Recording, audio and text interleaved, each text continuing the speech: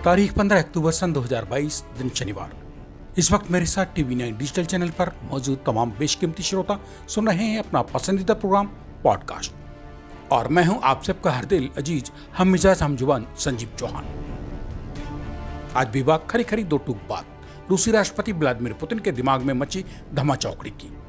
दुनिया में शायद ही ऐसा कोई शख्स इस वक्त बाकी बचा होगा जिसकी नजरें यूक्रेन और रूस के बीच बीते 8 महीने से चली आ रही जंग पर न लगी हों।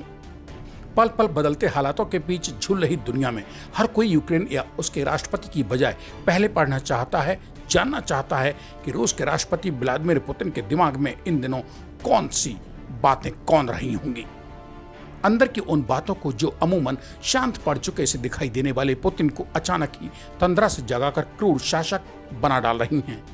और पुतिन की नींद टूटते ही फिर से रूसी सेना वज्रपात की मानंद टूट पड़ती है यूक्रेन के ऊपर।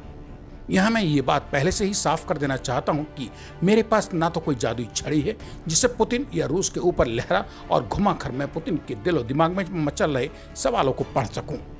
न ही मेरे पास क्रेमलिन को लेकर कोई कांच की ऐसी गेंद है जिसके अंदर बाहर मुझे पारदर्शिता से यानी आर पार का सब कुछ साफ साफ दिखाई दे जाए। न ही मैं कोई महाभारत कालीन महान विद्वान गावाल गण का सब काबिल पुत्र और धृतराष्ट्र से राजा का विश्वास पात्र मंत्री संजय का शाही कोई विशेष व्यक्तित्व ही हूँ जिन्हें उनके गुरु महर्षि वेदव्यास ने दिव्य दृष्टि से नवाज कर निहाल कर डाला था। वो दिव्य दृष्टि जिसके बलबूते संजय अपने महाराज धृतराष्ट्र को कुरुक्षेत्र से जंग मैदान का पल पल का आंखों देखा हाल बयान करते रहे थे। मैं भी अपने श्रोताओं का सा ही आपके ही बीच का एक अदना सा इंसान हूँ। पॉडकास्ट के इस कड़ी की शुरुआत में मैं ये सब बातें इसलिए साफ कर देना चाहता हूँ ताकि मेरे और आपसे सुधी श्रोताओं के बीच कहीं सोच की कोई खाई न बन सके। ना ही पुतिन से मेरी सीधी कभी कोई बात हुई है जो मैं अपनी बात या अपने मत के सही होने का दावा ठोक सकूं। अब आइए मुद्दे की बात पर कि जब मैं कुछ खास हूं ही नहीं तो फिर यूक्रेन, रूस या फिर जेलेंस्की और पुतिन को लेकर इतनी ज्यादा उठापटक या माथापच्ची क्यों कर रहा हूं। दरअसल ये इसलिए कर रहा हूं क्योंकि मैं भी आपका सा ही इस इंसानी दुनिया का एक जिज्ञासु प्राणी हूं। बात जब सिर्फ और सिर्फ रूसी राष्ट्रपति व्लादिमीर पुतिन और उनके दिमाग के अंदर मची धमाचौकड़ी को लेकर हो रही है तो फिर ऐसे में यह बताना भी जरूरी समझता हूं कि किसी जमाने में अमेरिका के पूर्व राष्ट्रपति जॉर्ज डब्ल्यू बुश ने एक बार कहा था कि उन्हें व्लादिमीर पुतिन की आंखों में देखकर उनके बारे में पता चलता है। अब जब रूस और यूक्रेन के बीच जंग छिड़े हुए 8 महीने का वक्त बेनतीजा बीत चुका हो, सिर्फ काली डरावनी यादों की गोद में बेकसूरों के हजारों लाशों के ढेरों को समाकर, तो सोचना पड़ेगा कि आखिर पुतिन के दिमाग में चल क्या रहा है।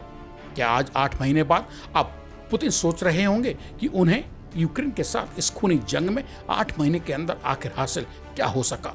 क्या पुतिन सोच रहे होंगे कि इसी साल 24 फरवरी सन 2022 को यूक्रेन के ऊपर लाव लश्कर लेकर चढ़ाई कर देने का उनका फैसला गलत साबित हो चुका है।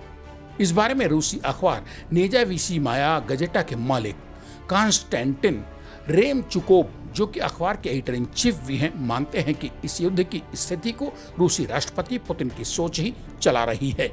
उनके मुताबिक पुतिन परमाणु शक्ति संपन्न राष्ट्र के दबंग नेता हैं।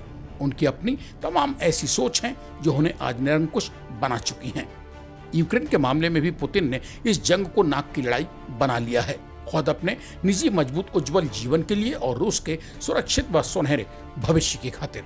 उनके मुताबिक क्रेमलिन के मुखिया यानी व्लादिमीर पुतिन के दिमाग को आज ही नहीं अपितु बीते कल में भी किसी के द्वारा पढ़ पाना नामुमकिन ही रहा है। इस हफ्ते के शुरुआत में जिस तरह के भीषण और ताबड़तोड़ हमले रूस ने यूक्रेन की सरजमीन पर किए हैं, उससे साफ जाहिर है कि पुतिन के दिमाग में कितना खौफनाक प्लान चल रहा होगा।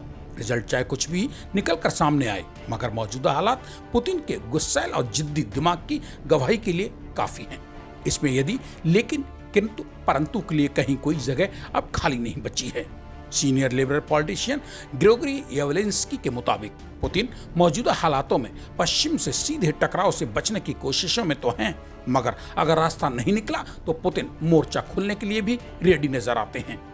यह एक परमाणु संभावनाओं वाला अंतहीन युद्ध भी संभव या साबित हो सकता है। साथ ही ग्रेगोरी येवलेंस्की यह भी कहते हैं कि अंतहीन जंग के लिए अंतहीन ही संसाधन भी चाहिए, जो मुझे नहीं लगता है कि रूस के पास मौजूद होंगे। इसी के साथ पॉडकास्ट के इस कड़ी में आप आज मुझे यानी अपने दोस्त संजीव चौहान को दीजिए इजाजत। सोमवार रात मेरे लौट कर आने का कीजिए इंतजार। तब तक के लिए नमस्कार। और हाँ दोस्त, जाते जाते कमेंट बॉक्स में अपने मन की बात दर्ज करके टीवी 9 डिजिटल चैनल को सब्सक्राइब भी तो करते जाइए।